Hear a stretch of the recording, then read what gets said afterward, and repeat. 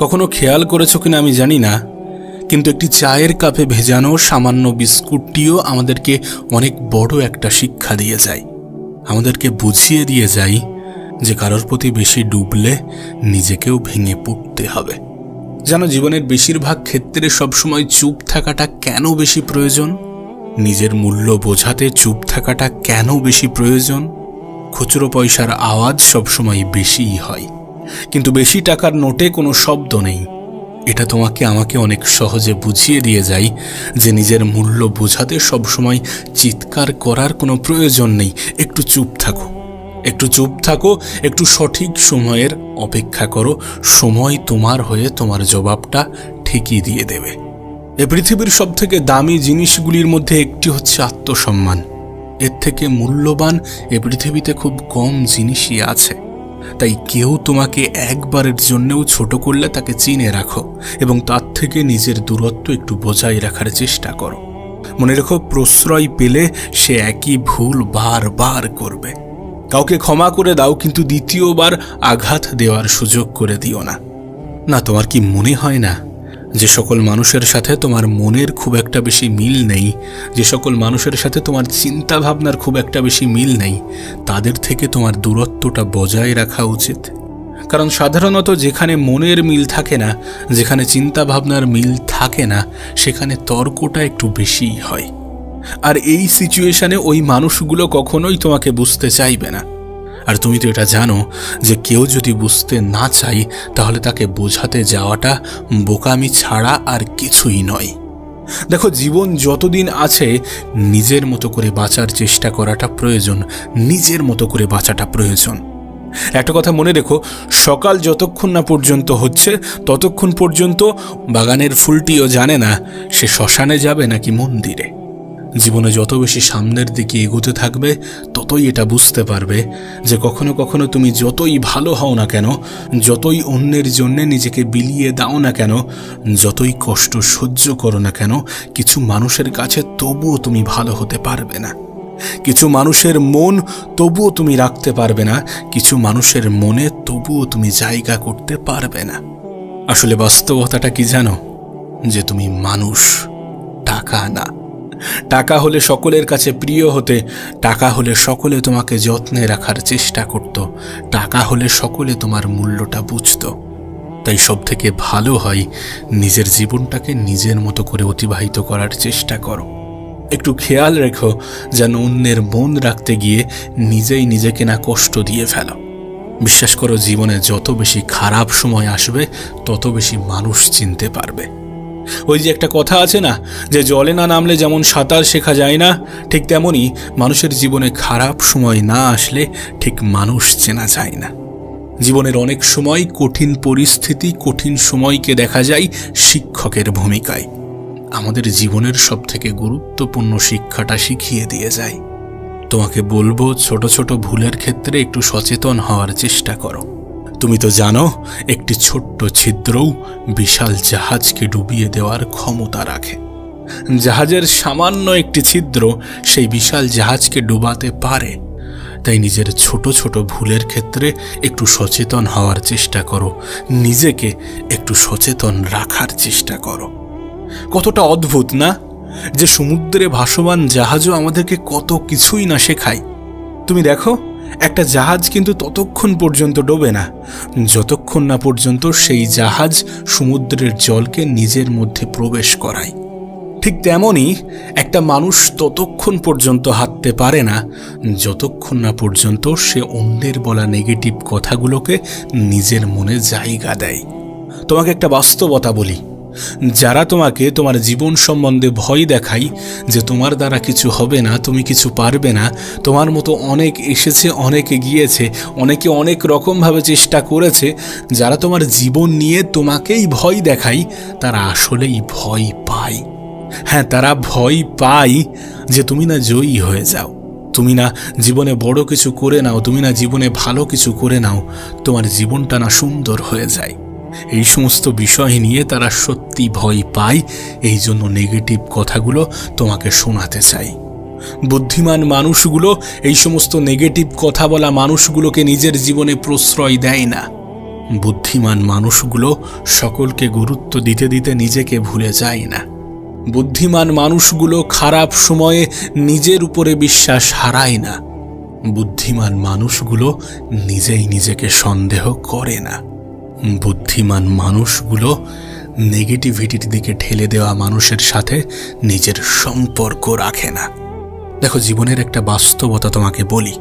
আমি জানি এটা শুনতে অনেকটা খারাপ লাগতে পারে, আমি জানি এটা মানতে অনেকটা অসুবিধা হতে পারে, কিন্তু বাস্তবতাটা কি জানো? মানুষের প্রিয় হতে গেলেও কিছুটা হলেও অর্থনৈতিক যোগ্যতা লাগে। যার কাছে অর্থ নেই সেই মানুষটা কখনো কারোর কাছে প্রিয় হয় না। একটা নির্দিষ্ট সময় পরে তুমিও তোমার পরিবারের কাছে হয়তোবা বোঝা হতে শুরু করবে। কথাগুলো শুনতে মানতে সত্যি একটু খারাপ লাগতে পারে, কিন্তু বিশ্বাস করো এটাই সত্য। নিজের জীবনের একটা ছোট্ট অভিজ্ঞতা তোমাকে শেয়ার করি। নিজের দুর্বলতা কখনো কাউকে জানাতে যেও না, কখনো কাউকে বোঝাতে যেও না, কখনো কাউকে শোনাতে যেও না। অর্ধেক লোকই তোমার কষ্টটা বুঝবে না, আর বাকি অর্ধেক লোক তো উপহাস করবে তোমার দুর্বলতা নিয়ে। কিছু মানুষ তো দুর্বলতার সুযোগ নেওয়ারও চেষ্টা করবে। আমি তো বলবো, যখন তোমার দুর্বলতাগুলো সৃষ্টিকর্তা অন্য মানুষের থেকে আড়াল করে রেখেছে, তুমিও আড়াল করে রাখার চেষ্টা করো। আর সত্যি বলতে, নিজের কাছেও নিজের দুর্বলতা হাইলাইট করো না, কারণ তুমি যখন তোমার দুর্বলতাগুলোর দিকে একটু বেশি তাকাবে, তখন তোমার ক্ষমতাগুলো তোমার কাছে ঝাপসা মনে হবে। তখন একটু বেশি যেন নিজের উপরে সন্দেহটা বাড়বে। তার থেকে ভালো নিজের ক্ষমতার দিকে তাকাও, নিজের ক্ষমতার দিকে দেখো। দেখো, এমনটা তো নয় যে উপরওয়ালা তোমাকে দুর্বল করে পাঠিয়েছেন, নিশ্চয়ই তোমাকে অনেক বেশি ক্ষমতার অধিকারী বানিয়েছেন। নিজের ক্ষমতার দিকে তাকানোর চেষ্টা করো, নিজের চরিত্রকে সাজানোর চেষ্টা করো। কারণ একটা সময় পরে সকলেরই মনে হয় যে নিজের শরীরকে প্রয়োজনের থেকে বেশি সাজানোর থেকে নিজের চরিত্রকে সাজানোটা প্রয়োজন। হ্যাঁ, এটা ঠিক যে মানুষ শারীরিক সৌন্দর্যের প্রতি একটু বেশিই যেন আকৃষ্ট হয়, কিন্তু শারীরিক সৌন্দর্য বয়সের সাথে সাথে নিভে যায়, বয়সের সাথে সাথে নষ্ট হয়, বয়সের সাথে সাথে ধ্বংস হয়। কিন্তু একজন মানুষের চরিত্রের প্রশংসা সারা জীবন হয়ে যায়। তুমি দেখো, পৃথিবীতে নেই এমন অনেক ব্যক্তিকে নিয়ে আজও আলোচনা হয়, কিন্তু অবশ্যই সেটা তাদের শারীরিক সৌন্দর্যের জন্য নয়। তাদের চরিত্রটাই তাদের আলোচনার, তাদের প্রশংসার মূল কেন্দ্রবিন্দু হয়ে দাঁড়ায়। সুতরাং একটা নির্দিষ্ট সময় পরে যদি তোমাকে স্মরণ করা হয়ে থাকে, তাহলে অবশ্যই তোমার চারিত্রিক বৈশিষ্ট্যের জন্যই স্মরণ করা হবে, নাকি তোমার শারীরিক সৌন্দর্যের জন্যে। বাস্তবে আজকের দিনে সৌন্দর্য মানে হয়তোবা একটা অসাধারণ মুখমণ্ডলের উপস্থিতিকে বোঝায়, কিন্তু প্রকৃত অর্থে সৌন্দর্য মানে এগুলো নয়। সৌন্দর্য মানে একটা অসাধারণ মন, একটা অসাধারণ হৃদয়, একটা অসাধারণ আত্মা। বাস্তবে এই সকল জিনিসগুলো যার কাছে আছে, সেই তো প্রকৃত সুন্দর। তোমাকে একটা কথা বলি, শোনো। যদি কখনো কোনো ভুল ট্রেনে উঠে পড়ো, তাহলে অবশ্যই দ্রুত সেই ট্রেন থেকে নেমে যেও, পরের স্টেশনে সেই ট্রেন থেকে নেমে যেও।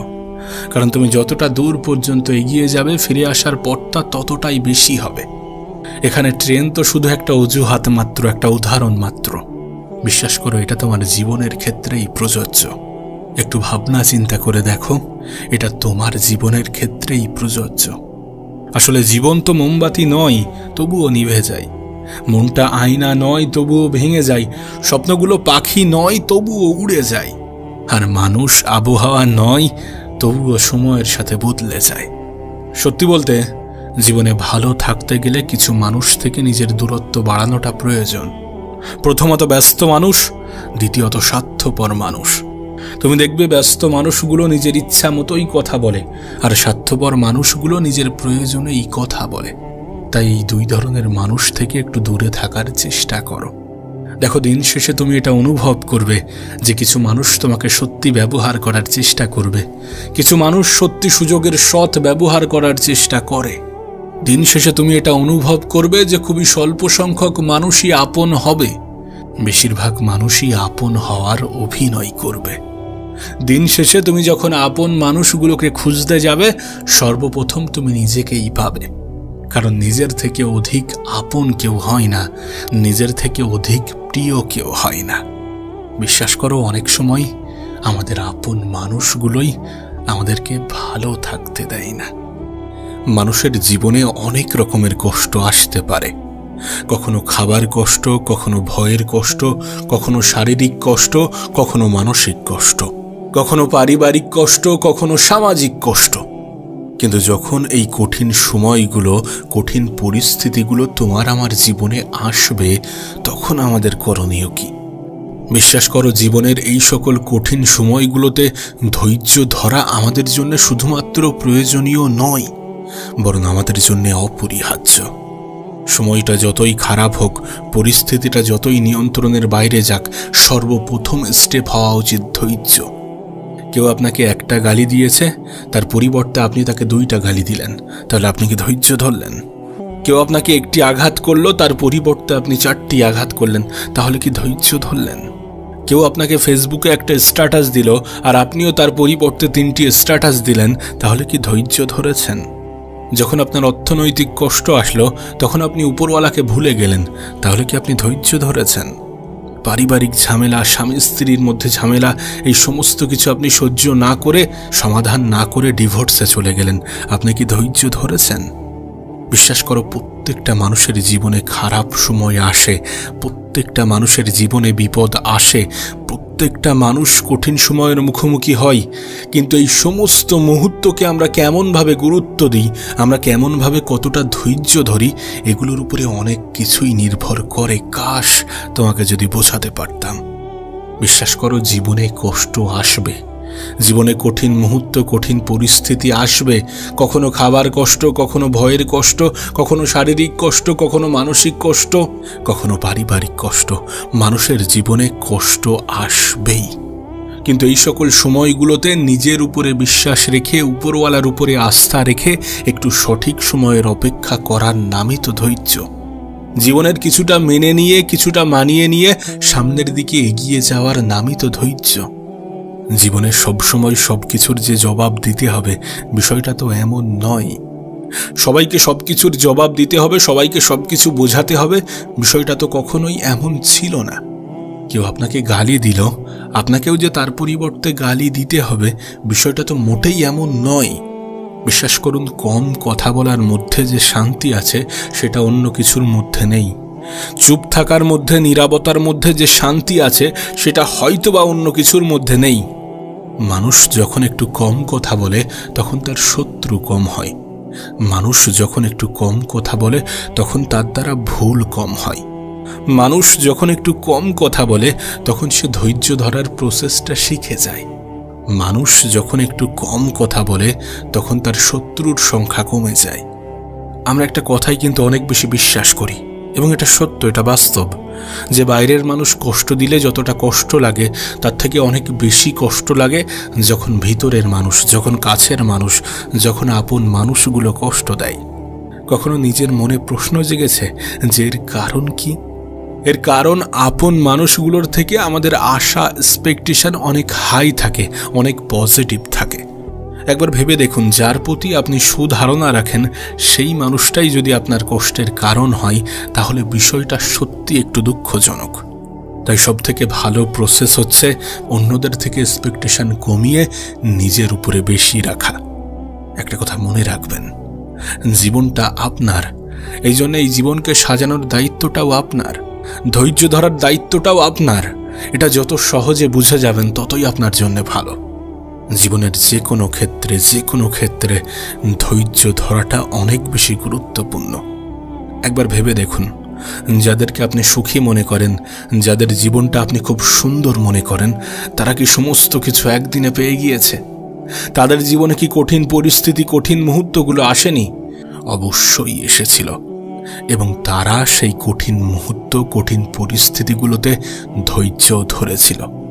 আপনাকেও তো সেটাই করতে হবে, আমাদেরকেও তো সেটাই করতে হবে। পরিস্থিতি যতই খারাপ হোক, যতই নিয়ন্ত্রণের বাইরে যাক, একটু ধৈর্য ধরতে হবে, একটু নিজের উপরে বিশ্বাস, আশা, আস্থা, ভরসা বজায় রাখতে হবে। অন্যের উপরে রাখলে কষ্ট থাকবে, ভয় থাকবে, হয়তোবা দুঃখ পাওয়ার মতো কারণ তৈরি হবে, কিন্তু নিজের উপরে রাখলে এগুলোর কিছুই ঘটবে না। নিজের উপরে বিশ্বাস, আশা, ভরসা, আস্থা রাখার সবথেকে পজিটিভ দিক কি জানো? সবথেকে পজিটিভ দিক হচ্ছে, মানুষ নিজেই নিজেকে কখনো ধোঁকা দেয় না। তুমি নিজেই নিজেকে কখনো ধোঁকা দেবে না। আচ্ছা, তোমার কি মনে হয় না কেউ যদি তোমাকে অবহেলা করে তাহলে দোষটা তোমারই। যদি কেউ আমাদেরকে অবহেলা করে তাহলে আমরাই তো তার জন্য দায়ী, কারণ আমরাই তো তাকে এই সুযোগটা করে দিই। জীবনে কখনো কাউকে আঘাত করার মতো সুযোগ করে দেবেন না। আচ্ছা, তোমার কি মনে হয় যে আমি কোনো কিছু চাইলাম আর সেটা পেয়ে গেলাম, সেটার নামই কি সফলতা? শুধুমাত্র সেটাই কি সফলতা? সফলতা জীবনের বিভিন্ন ক্ষেত্রে বিভিন্ন রকম হতে পারে, কিন্তু এই পৃথিবীতে প্রকৃত সফলতা বলতে আমরা যেটা বুঝি, আমাদের যেটা বোঝা উচিত, সেটা হচ্ছে ভালো থাকা। কোনো মানুষ যদি নিজের জীবনে ভালো থাকতে পারে, সেটাই তার জীবনের সবথেকে বড় সফলতা হবে। আর বিশ্বাস করো, তুমি তখনই ভালো থাকবে যখন তুমি ভালো থাকার অভ্যাসগুলোকে আয়ত্ত করবে, যখন তুমি ধৈর্য ধরাটা শিখে যাবে। তাই দয়া করে ধৈর্য ধরার চেষ্টা করুন, ধৈর্য ধরুন। যত পরিস্থিতি খারাপ হবে তত বেশি ধৈর্য ধরতে হবে। যত পরিস্থিতি নিয়ন্ত্রণের বাইরে চলে যাবে তত বেশি ধৈর্য ধরতে হবে। যত কঠিন সময়ের মুখোমুখি দাঁড় করানো হবে তত বেশি ধৈর্য ধরতে হবে। না, শারীরিক ক্ষমতা তো ঠিক আছে, কিন্তু মানসিক ক্ষমতার সব থেকে বেশি প্রয়োজন আছে। আর মানসিকভাবে তখনই তুমি শক্তিশালী হবে যখন তুমি ধৈর্য ধরাটা শিখে যাবে। আমাদের সমস্যাটা কোথায় জানো? তুমি আমি অল্পতেই ভেঙে পড়ি, তুমি আমি অল্পতেই নেশা ধরতে শুরু করি, তুমি আমি অল্পতেই সুইসাইড করার চিন্তা করি, তুমি আমি অল্পতেই নেগেটিভ চিন্তা করি। কিন্তু প্রকৃত অর্থে তোমার কি মনে হয় যে এগুলোই সমাধান? আরে যদি এগুলোই সমাধান হতো তাহলে পৃথিবীর সকল মানুষ নেশাগ্রস্ত হতো। যদি এগুলোই সমাধান হতো তাহলে এই পৃথিবী মানব শূন্য হয়ে যেত। কারণ সমস্যা প্রত্যেকটা মানুষের জীবনেই আছে, কঠিন সময় প্রত্যেকটা মানুষের জীবনেই আসে, খারাপ সময়ের মুখোমুখি এ পৃথিবীর প্রত্যেকটা মানুষই হয়ে থাকে। প্রকৃত সমাধান তো ধৈর্য। তোমাকে আমাকে ধৈর্য ধরতে হবে। ধৈর্য ধরার মাধ্যমে আমাদের মানসিক ক্ষমতার পরিচয় দিতে হবে, কারণ প্রকৃত অর্থে মানসিক ক্ষমতাটাই আমাদের আসল ক্ষমতা। প্রতিটা নেগেটিভ জিনিসের মধ্যে কিছু পজিটিভ জিনিসও থাকে, সেটাকে খেয়াল করতে হবে, সেটাকে গুরুত্ব দিতে হবে।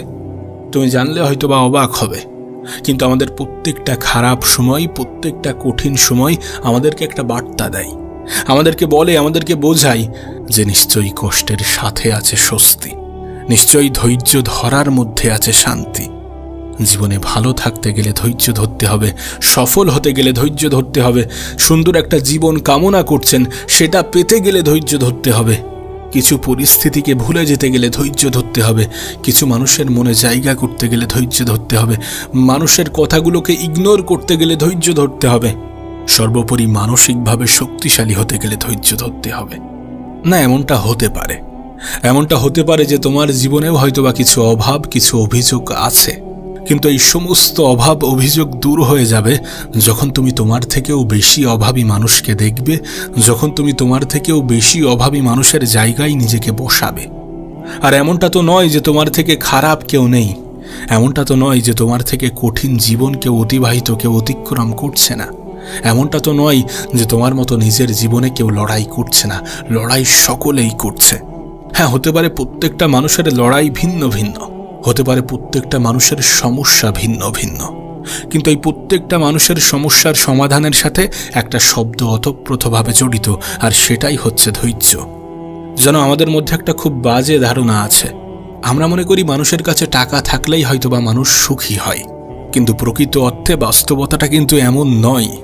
টাকা মানুষের জীবনকে একটু সহজ করে, কিন্তু এটা কখনো কোনো মানুষের জীবনে সুখ এনে দিতে পারে না। না, আমাদের অর্থ হয়তোবা আমাদের জীবনটাকে কিছু অংশে সহজ করবে, জীবনের অনেক জিনিস হয়তোবা চাইলে পেয়ে যাব, কিন্তু সুখী হতে গেলে টাকার যে ভীষণ প্রয়োজন, বিষয়টা এমন নয়। এমন ধারণা রেখো না, এমন ধারণা রাখলে তুমি ভুল প্রমাণিত হবে, তুমি বোকা হয়ে যাবে। কারণ যখন তুমি দেখবে তোমার থেকেও আর্থিকভাবে দুর্বল মানুষগুলো কত সুন্দরভাবে জীবন কাটাচ্ছে, কতটা মানসিক শান্তির মধ্যে আছে, তখন তুমি ভুল প্রমাণিত হবে।